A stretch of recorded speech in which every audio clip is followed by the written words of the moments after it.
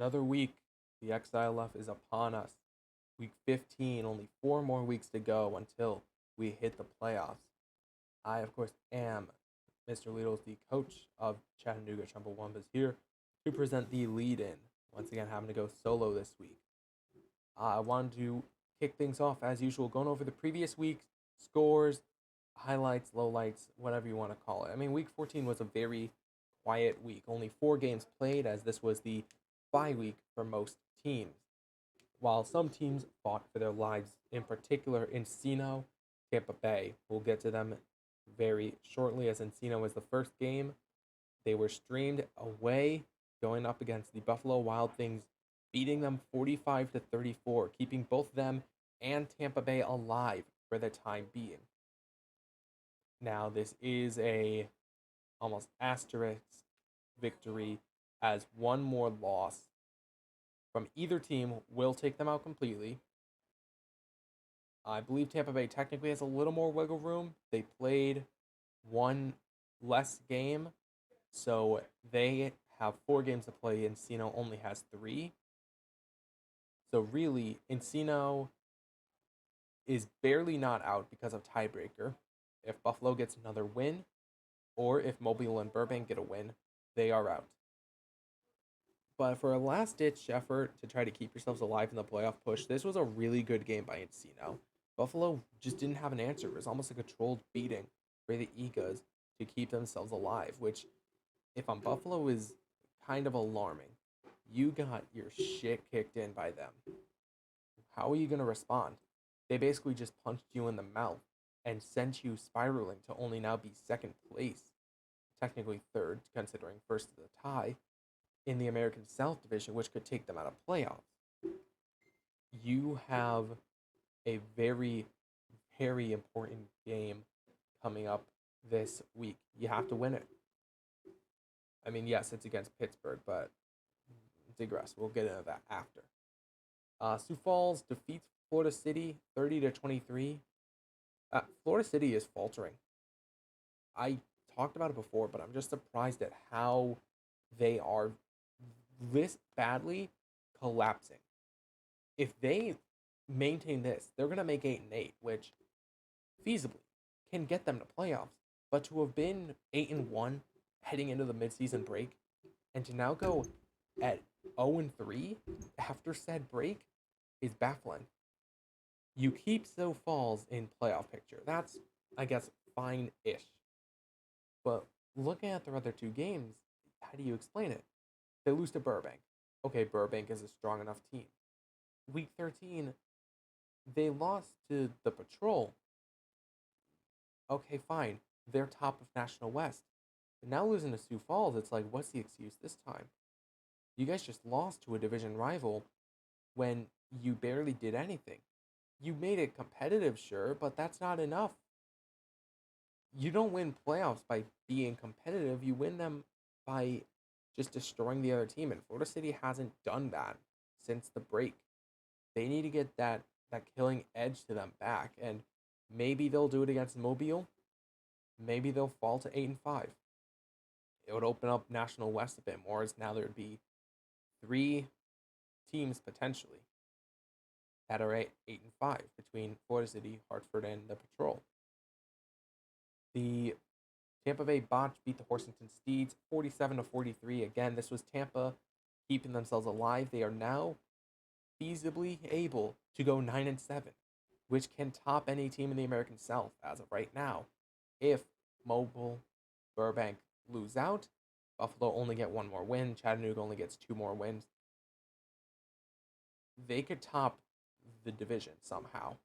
They have to win out these last 4 games, but it's a possibility. 1 loss, though, and they're pretty much out. So, fighting for your lives. Good game, though, overall. I mean, a tough loss for Horsington, but they are going to bounce back. They always have. They're at 8-4, so they're tied with Massillon. Helps them out a ton. They're still alive in this. Akihabara put a beating on Portland 61-28. This was rough for Portland, especially with Sioux Falls getting a win. It puts them well behind now at just a full 1-game disadvantage. And with it being this late in the season, there's almost you have to be able to keep up. And losing to a team, yes, same conference, but losing to a team that at the time was tied for bottom of the division, or I guess half a game back from it, is something that is going to be tough to recover from. Considering also their schedule, I believe this week is actually their bye week, which isn't bad.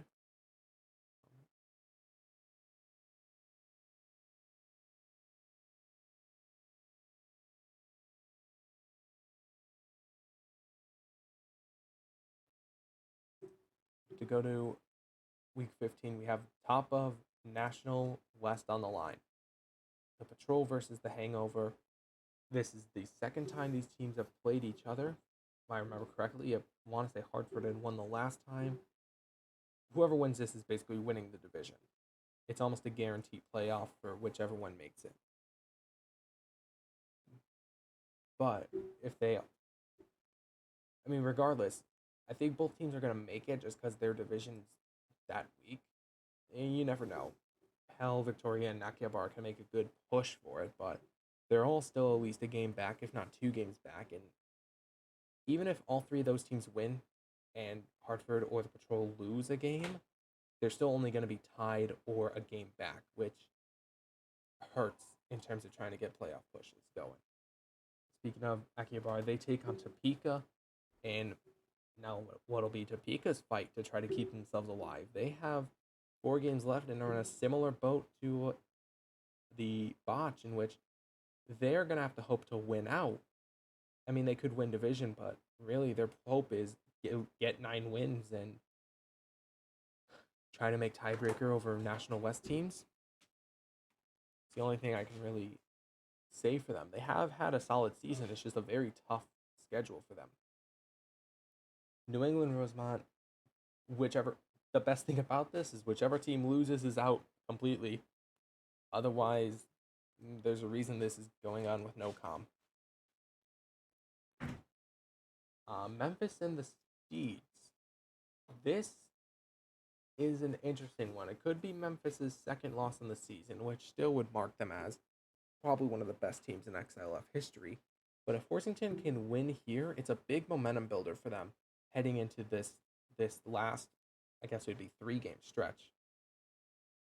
It would set them up rather nicely for a potential, technically wild card spot, as they'd now be a game ahead of Massillon, provided Massillon loses, which we'll cover later.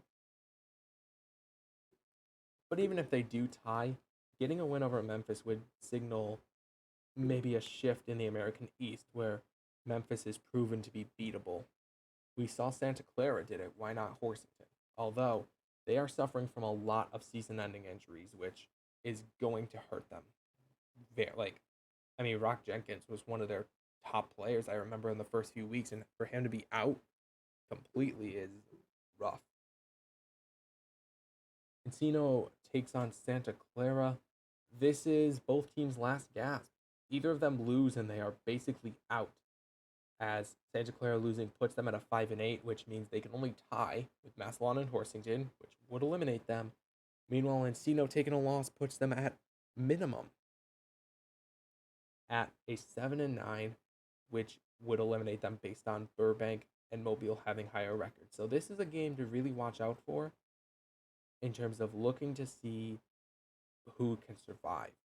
If one of these teams makes playoffs, it's going to be an amazing comeback run, but it's going to also take a miracle of them either winning out or Massillon, Horsington, Burbank, Mobile, and Buffalo just collapsing.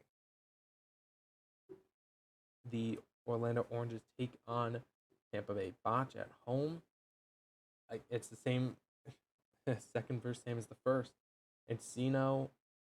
Tampa and Orlando are both struggling to keep themselves alive. One more loss will take them out of playoffs. So there's not much you could really say about it. It is 4 teams in 2 games all just trying to keep themselves alive. And maybe next week the winners will play each other. That we can call it a tournament of trying to stay alive or something. Buffalo against Pittsburgh. This feasibly should be a Buffalo squash match. But you never know with Pittsburgh. they're tricky as hell. They could do some random stuff and play spoiler to Buffalo, who have been on the downturn. I mean, it'd be funny. But apparently, when I do these, whatever I say gets jinxed. So, no, in my luck, it probably will just be Buffalo destroying them. That's usually how this goes. Florida City, Mobile. I think Florida City need this win more than Mobile does. Mobile's at top of division, but Florida City needs some momentum. They can't afford another loss right now, not with Sioux Falls now nipping at their heels, as well as Topeka and Portland still being alive.